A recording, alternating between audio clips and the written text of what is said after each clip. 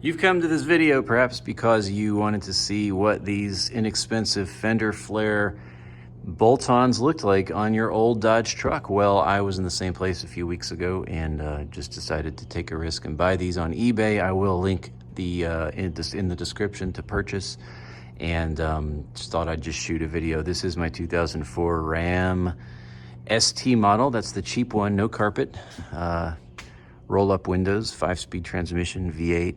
Awesome truck. It's I've had it a few years, just added these wheels, and I did a video maybe a week ago when I added them.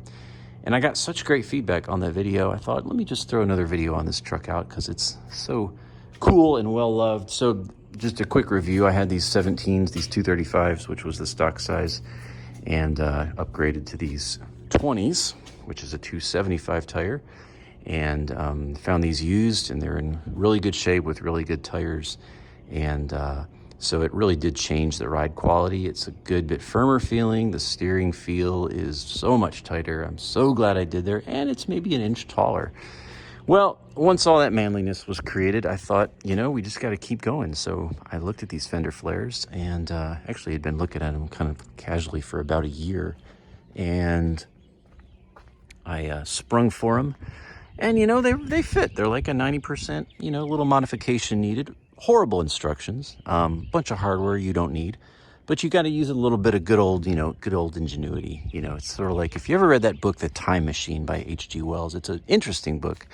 I love H.G. Wells. And in that book, he travels to the future, and he finds out that basically that the thesis of the book is that mankind became so comfortable and everything became so easy, and work was no longer required because technology had created the perfect society, that man forgot how to struggle and fight for things and learn and innovate, and create and muddle through life. And so mankind just devolved into this little species of basically food for the creatures that roamed underneath the subterranean realms of the earth.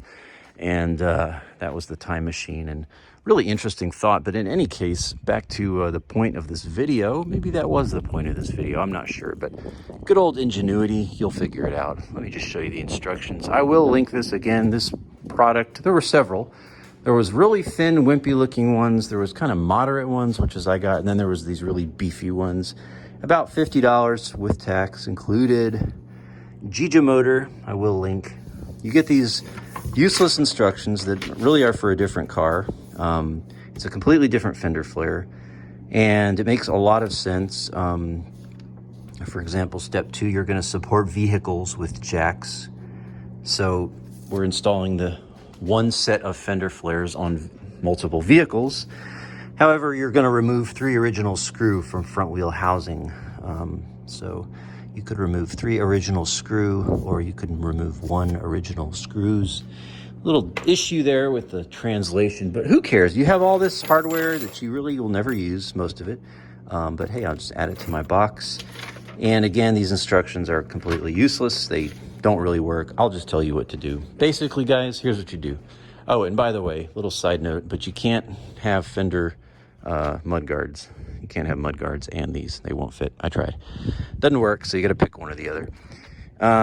But basically, here's what you do, guys. You just remove the necessary stock things that are in here holding on, either mud flaps, or in this case, it's the this guard here. So you're going to remove a few nuts and bolts, screws and bolts.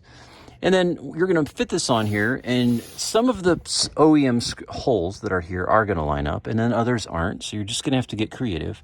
Really, my only tip for you is, when you get your hole and you're ready to stick this guy in, you just want to really push this product as tight against the truck as you can. And then when you tighten it, it will be tight, and you'll have less gaps anywhere. So you'll figure it out. You can use, I think these were both stock holes I used, this one and this one maybe. Then I had to drill a hole here, and you just got to kind of figure it out. But they each need maybe 4 anchors, and it's pretty tight. I mean, there's a little gap there, but I don't really care. Pretty tight. Looks really good, especially from afar. I mean, no complaints here. Again, just use a little ingenuity and you'll be happy. And for $50, you'll feel happy about your life and you'll make your truck look a little beefier. I like it.